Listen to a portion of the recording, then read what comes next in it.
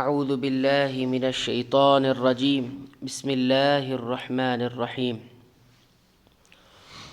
حرمت علیکم المیتة والدم ولحم الخنزیر وما أهل لغیر اللہ به والمنخنقة والموقوذة والمتردية والنطيحة وما أكل السبع إلا ما ذكيتم وما ذبح على النصب وأن تستقسموا بالأزلام ذلكم فسق اليوم يئس الذين كفروا من دينكم فلا تخشوهم واخشوني اليوم أكملت لكم دينكم وأتممت عليكم نعمتي ورضيت لكم الإسلام دينا فمن اضطر في مخمصة غير متجانف لإثم فإن الله غفور رحيم۔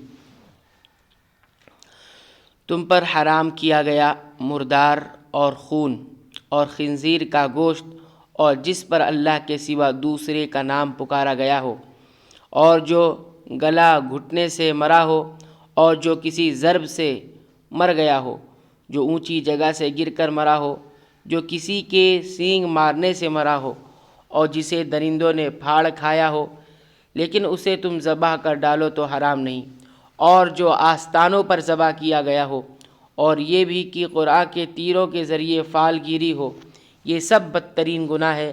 آج کفار دین سے نا امید ہو گئے، خبردار ان سے نہ ڈرنا اور مجھ سے ڈرتے رہنا۔ آج میں نے تمہارے لیے دین کو کامل کر دیا، تم پر اپنا نام بھرپور کر دیا، اور تمہارے لیے دین کے اسلام کے دین ہونے پر رضامند ہو گیا۔ پر جو شخص شدت کی بھوک میں بے قرار ہو جائے بشرطے کہ کسی گناہ کی طرف اس کا میلان نہ ہو تو یقیناً اللہ تعالیٰ معاف کرنے والا اور بہت بڑا مہربان ہے۔ یہاں سے ان محرمات یعنی حرام کردہ چیزوں کا ذکر شروع ہو رہا ہے جن کا حوالہ سورہ کے آغاز میں دیا گیا ہے۔ آیت کا اتنا حصہ سورہ بقرہ میں گزر چکا ہے، آیت نمبر 173 کے اندر۔ گلا کوئی شخص گھونٹ دے یا کسی چیز میں پھنس کر خود گلا گھٹ جائے، دونوں صورتوں میں مردہ جانور حرام ہے۔ کسی نے پتھر، لاٹھی یا کوئی اور چیز ماری جس سے جانور بغیر ذبح کیے مر گیا۔ زمانے جاہلیت میں ایسے جانوروں کو کھا لیا جاتا تھا، شریعت نے منع کر دیا۔ بندوق کا شکار کیے ہوئے جانور کے بارے میں علماء کے درمیان اختلاف ہے۔ امام شوکانی نے ایک حدیث سے استدلال کرتے ہوئے بندوق کے شکار کو حلال قرار دیا ہے، یعنی اگر کوئی بسم اللہ پڑھ کر گولی چلائے اور شکار ذبح سے پہلے ہی مر گیا تو اس کا کھانا اس قول کے مطابق حلال ہے، چاہے خود گرا ہو یا کسی نے پہاڑ وغیرہ سے دھکا دے کر گرایا ہو۔ نطیحہ اور منطوحہ کے معنی میں ہے، یعنی کسی نے اسے ٹکر مار دی اور بغیر ذبح کیے وہ مر گیا۔ شیر، چیتا اور بھیڑیا وغیرہ جیسے ذو ناب کچلیوں سے شکار کرنے والی درندوں میں سے کسی نے اسے کھایا ہو اور وہ مر گیا ہو۔ زمانے جاہلیت میں مر جانے کے باوجود ایسے جانوروں کو کھا لیا جاتا تھا۔ جمہور مفسرین کے نزدیک یہ استثناء تمام مذکورہ جانوروں کے لیے ہے، یعنی منخنقہ، موقوذہ، متردیہ، نطیحہ اور درندوں کا کھایا ہوا۔ اگر تم انہیں اس حال میں پالو کہ ان میں زندگی کے آثار موجود ہو اور پھر تم انہیں شرعی طریقے سے ذبح کر لو، تمہارے لیے ان کا کھانا حلال ہوگا۔ زندگی کی علامت یہ ہے کہ ذبح کرتے وقت جانور پھڑکے اور ٹانگیں مارے۔ اگر چھری پھیرتے وقت یہ اضطراب و حرکت نہ ہو تو سمجھ لو یہ مردہ ہے۔ ذبح کا شرعی طریقہ یہ ہے کہ بسم اللہ پڑھ کر تیز دھار آلے سے اس کا گلا اس طرح کاٹا جائے کہ رگیں کٹ جائیں۔ ذبح کے علاوہ نحر بھی مشروع ہے، جس کا طریقہ یہ ہے کہ کھڑے جانور کے لبے پر چھری ماری جائے۔ اونٹ کو نحر کیا جاتا ہے جس سے نرخرا اور خون کی خاص رگیں کٹ جاتی ہے اور سارا خون بہہ جاتا ہے۔ مشرکین اپنے بتوں کے قریب پتھر یا کوئی چیز نصب کر کے ایک خاص جگہ بناتے تھے جسے نصب تھان یا آستانہ کہتے تھے۔ اسی پر وہ بتوں کے نام نذر کیے گئے جانوروں کو ذبح کرتے تھے، یعنی یہ وما اہل بہ لغیر اللہ کی ایک شکل تھی۔ اس سے معلوم ہوا کہ آستانوں، مقبروں اور درگاہوں پر جہاں لوگ طلب حاجت کے لیے جاتے ہیں اور وہاں مدفون افراد کی خوشنودی کے لیے جانور ذبح کرتے ہیں، یا پکی ہوئی دیگیں تقسیم کرتے ہیں ان کا کھانا حرام ہے۔ یہ وما ذبح علی النصب، جو کچھ بھی آستانوں پر ذبح کیا جائے سب یہ شکل اس میں داخل ہے۔ وَأَن تَسْتَقْسِمُوا بِالْأَزْلَامِ، تیروں کے ذریعے فالگیری کرنا، کہ دو معنی کیے گئے ہیں، ایک تیروں کے ذریعے تقسیم کرنا، دوسرے تیروں کے ذریعے قسمت معلوم کرنا۔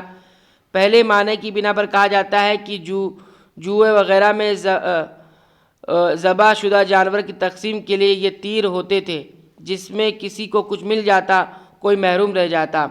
دوسرے معنی کی روح سے کہا گیا ہے کہ ازلام سے تیر مراد ہیں جن سے وہ کسی کام کا آغاز کرتے وقت فال لیا کرتے تھے۔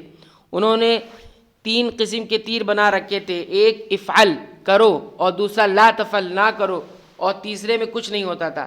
افعل والا تیر نکل آتا تو وہ کام کر لیا جاتا، لا تفعل والا نکلتا تو نہ کرتے، اور تیسرا تیر نکل آتا تو پھر دوبارہ فال نکالتے۔ یہ بھی گویا کہانت اور استمداد بغیر اللہ، یعنی اللہ کے علاوہ کسی اور سے مدد طلب کرنے کی شکل ہے، اس لیے اسے بھی حرام قرار دیا گیا۔ استقسام کے معنی طلب قسم نہیں، یعنی تیروں سے قسمت طلب کرتے تھے۔ یہ بھوک کی اضطراری کیفیت میں مذکورہ محرمات کے کھانے کی اجازت ہے، بشرطے کہ مقصد اللہ کی نافرمانی اور حد سے تجاوز کرنا نہ ہو، صرف جان بچانا مقصود ہے۔ تو یہ جتنے بھی حرام چیزیں بیان کی یہ اس وقت حلال ہو جائیں گی۔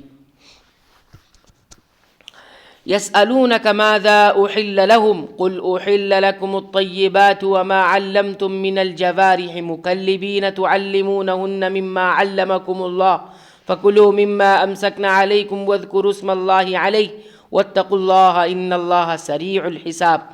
آپ سے دریافت کرتے ہیں کہ ان کے لیے کیا کچھ حلال ہے، آپ کہہ دیجئے کہ تمام پاک چیزیں تمہارے لیے حلال کی گئی ہیں، اور جن شکار کھیلنے والے جانوروں کو تم نے سدھا رکھا ہے، یعنی جنہیں تم تھوڑا بہت وہ سکھاتے ہو جس کی تعلیم اللہ نے تمہیں دے رکھی ہے، بس جس شکار کو وہ تمہارے لیے پکڑ کر روک رکھیں تو تم اس سے کھا لو اور اس پر اللہ کا ذکر کر لیا کرو، اور اللہ تعالیٰ سے ڈرتے رہو، یقیناً اللہ تعالیٰ جلد حساب لینے والا ہے۔ اس سے وہ تمام چیزیں مراد ہیں جو حلال ہیں، ہر حلال طیب ہے اور ہر حرام خبیث ہے۔ جوارح جارح کی جمع ہے جو سب کے معنی میں ہے، مراد شکاری کتا، باز، چیتا، شکرا اور دیگر شکاری پرندے اور درندے ہیں۔ مکلبین کا مطلب ہے شکار پر چھوڑنے سے پہلے ان کو شکار کے لیے سدھایا گیا ہو۔ سکھانے کا مطلب ہے جب اسے شکار پر چھوڑا جائے تو دوڑتا ہوا جائے، جب روک دیا جائے تو رک جائے، اور بلایا جائے تو واپس آ جائے۔ ایسے سدھائے ہوئے جانوروں کا شکار کیا ہوا جانور 2 شرطوں کے ساتھ حلال ہے، ایک یہ کہ اسے شکار کے لیے چھوڑتے وقت بسم اللہ پڑھ لی گئی ہو، دوسری یہ کہ شکاری جانور شکار کر کے اپنے مالک کے لیے رکھ چھوڑے اور اسی کا انتظار کرے، خود نہ کھائے، حتیٰ کہ اگر اس نے مار بھی ڈالا ہو تب بھی مقتول شکار شدہ جانور حلال ہوگا، بشرطے کہ اس کے شکار میں سدھائے ہوئے اور چھوڑے ہوئے جانور کے علاوہ کسی اور جانور کی شرکت نہ ہوئی ہو۔ اليوم احل لكم الطيبات وطعام الذين اوتوا الكتاب حل لكم وطعامكم حل لهم والمحصنات من المؤمنات والمحصنات من الذين اوتوا الكتاب من قبلكم اذا آتيتموهن وجورهن محصنين غير مسافحين ولا متخذي اخدان ومن يكفر بالايمان فقد حبط عمله وهو في الاخرة من الخاسرين۔ کل پاکیزہ چیزیں آج تمہارے لیے حلال کی گئیں، اور اہل کتاب کا ذبیحہ تمہارے لیے حلال ہے اور تمہارا ذبیحہ ان کے لیے حلال، اور پاک دامن مسلمان عورتیں اور جو لوگ تم سے پہلے کتاب دیے گئے ان کی پاک دامن عورتیں بھی حلال ہیں، جبکہ تم ان کے مہر ادا کرو، اس طرح کہ تم ان سے باقاعدہ نکاح کرو، یہ نہیں کہ اعلانیہ زنا کرو یا پوشیدہ بدکاری کرو۔ منکرین ایمان کی اعمال ضائع اور اکارت ہیں، اور آخرت میں وہ ہارنے والوں میں سے ہیں۔ اہل کتاب کا وہی ذبیحہ حلال ہوگا جس میں خون بہہ گیا ہو، یعنی ان کا مشینی ذبیحہ حلال نہیں ہے، کیونکہ اس میں خون بہنے کی ایک بنیادی شرط مفقود ہے، پائی نہیں جا رہی ہے۔ اہل کتاب کی عورتوں کے ساتھ نکاح کی اجازت کے ساتھ ایک تو پاک دامن کی قید ہے جو آج کل اکثر عورتوں میں عام ہے، دوسرے اس کے بعد فرمایا گیا جو ایمان کے ساتھ کفر کرے اس کی عمل برباد ہو گئے۔ اس سے یہ تنبیہ مقصود ہے کہ اگر ایسی عورت سے نکاح کرنے میں ایمان کی ضیاع کا اندیشہ ہو تو بہت ہی خسارے کا سودا ہوگا، اور آج کل اہل کتاب کی عورتوں سے نکاح میں ایمان کو شدید خطرات لاحق ہوتے ہیں، محتاج وضاحت نہیں ہے۔ حالانکہ ایمان کو بچانا فرض ہے، ایک جائز کے لیے فرض کو خطرے میں نہیں ڈالا جا سکتا، اس لیے اس کا جواز بھی اس وقت تک ناقابل عمل رہے گا جب تک دونوں مذکورہ چیزیں مفقود نہ ہو جائیں۔ اس کے علاوہ آج کل کے اہل کتاب ویسے بھی اپنے دین سے بالکل ہی بیگانہ بلکہ بیزار اور باغی ہیں، اس حالت میں کیا وہ واقعی اہل کتاب میں شمار بھی ہو سکتے ہیں؟ واللہ عالم۔ اللہ تعالیٰ سے دعا ہے کہ رب العالمین ان آیات میں جو باتیں، جو احکامات، جو تعلیمات رب العالمین نے بیان فرمائی ہے ان تمام کے مطابق ہمیں اپنی زندگی بنانے سنوارنے کی توفیق عنایت فرما۔ آمین۔ وآخر دعوانا الحمد للہ رب العالمین۔